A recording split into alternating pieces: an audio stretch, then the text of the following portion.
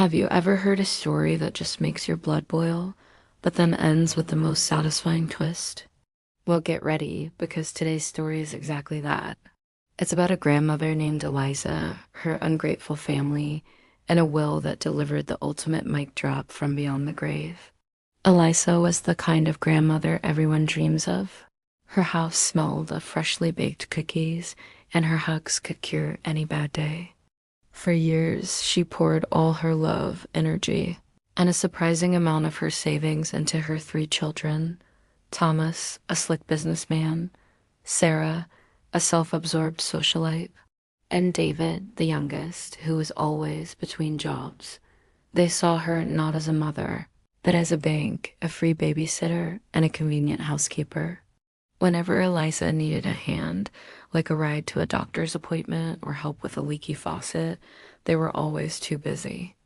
Thomas would say he had a crucial meeting he couldn't miss. Sarah would claim she had a charity gala to prepare for. And David? He'd just not answer his phone. Yet when their car broke down or they needed a down payment for a new condo, suddenly they had all the time in the world for a visit, hands outstretched. Eliza wasn't blind to their behavior. She saw the transactional nature of their love, the way their smiles only appeared when they wanted something. It chipped away at her heart, piece by piece. She tried talking to them, gently explaining how their neglect made her feel. They just brush it off. "Oh, Mom, you're being so dramatic," Sarah would say, scrolling through her phone. "We love you, you know that. We're just busy building our lives." The turning point came on her 80th birthday. Eliza had been dreaming of a simple family dinner. Nothing fancy, just her children and grandchildren gathered around her table. She spent days planning, cooking all their favorite dishes. But as the evening approached, the texts started rolling in. Thomas was stuck in traffic after a last-minute deal.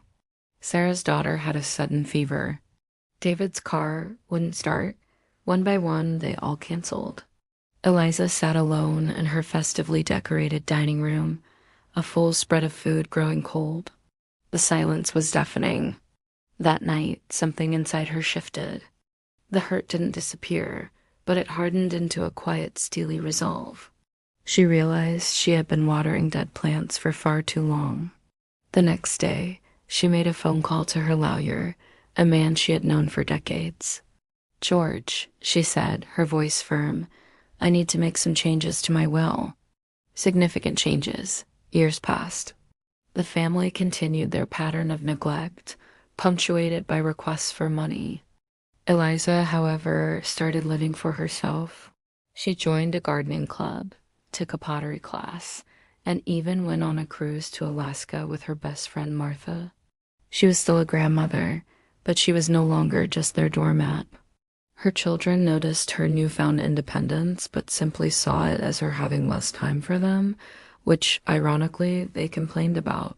Then, one autumn morning, Eliza passed away peacefully in her sleep. The news brought a wave of performative grief from her children. They were sad, of course, but their sadness was quickly overshadowed by a sense of anticipation. They knew their mother wasn't poor.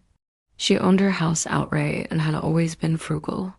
Thomas was already mentally allocating his share to a risky new investment. Sarah was dreaming of a kitchen renovation. David just wanted enough to finally get off his sister's couch. The day of the will reading arrived. The three siblings gathered in the lawyer's office, trying their best to look somber. George, the lawyer, cleared his throat and began to read. He started with a few small bequests. Eliza left her prized rosebush to her neighbor, who had always admired them and helped her with weeding. She left her collection of mystery novels to the local library. Then George got to the main assets, the house and the savings account, which held a substantial six-figure sum. Thomas, Sarah, and David leaned forward, their masks of grief slipping. George continued reading Eliza's words. "To my three children, Thomas, Sarah, and David, who have taught me the invaluable lesson that you cannot expect a harvest where you have not sown any seeds, I leave the following." He paused, looking over his glasses at the trio. I leave them my lifetime collection of family photo albums, so they might look back and remember all the times I was there for them. I also leave them my box of recipes in the hope that they might one day learn to cook for themselves. And finally, I leave them this piece of advice: love is not a transaction. It is a garden that requires constant watering, care, and attention. A garden you have let wither. A stunned silence filled the room. Thomas was the first to speak, his voice tight with rage. What? That's it. What about the money? The house? George calmly turned the page. As for my house and the remainder of my financial assets, he read, continuing in Eliza's voice, I leave them in their entirety to the person who showed me more kindness and companionship in my final years than my own family ever did. The person who drove me to appointments without being asked, who sat with me for hours just talking, who fixed my leaky faucet, and who never, ever asked for anything in return.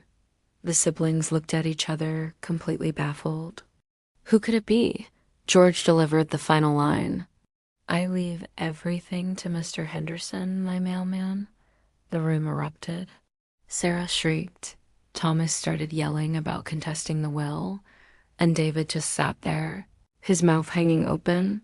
Mr. Henderson, a kind, middle-aged man who had delivered Eliza's mail for 15 years, had always taken a few extra minutes to chat with her.